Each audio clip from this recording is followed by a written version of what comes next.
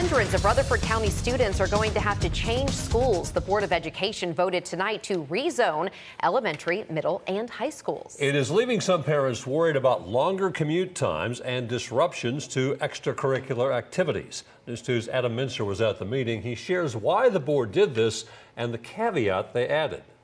It's a game of musical chairs that the Rutherford County school director didn't want to play. You know, ultimately you're impacting people's lives, you're impacting students and kids being with their friends, their teachers, their school community.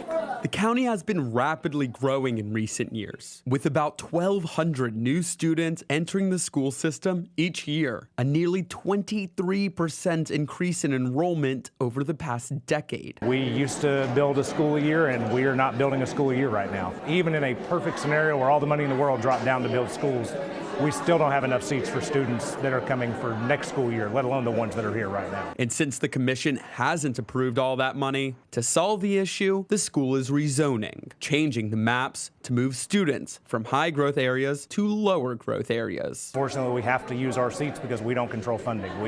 We can only control the education aspect. But that reshuffling will impact hundreds of students and their families, especially on the western side of the county, like Cindy Daniel. It's hard to be invested when you're constantly having to worry about being rezoned, and then leaders are voting to possibly tear down what you're trying to build. The mom of 3 students said considering traffic and distance, this rezoning will make her life a lot less predictable. Time drastically changes.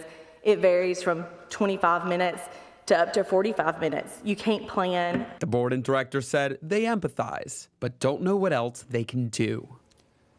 There is a caveat to all of this. 9 months before these changes go into effect, the board will take another vote to approve these new maps, an opportunity for them to take into account new developments and maybe see if they can keep some of these students at the school they're currently at. Sounds like there's a little bit of time here. When will these new maps go into effect? So for some elementary schools, they'll go into effect next year, but for some middle school and high schools that'll be impacted, it'll be either in a year or 2 years, depending. So a little bit of leeway. That was the hope. All right, thanks, Adam.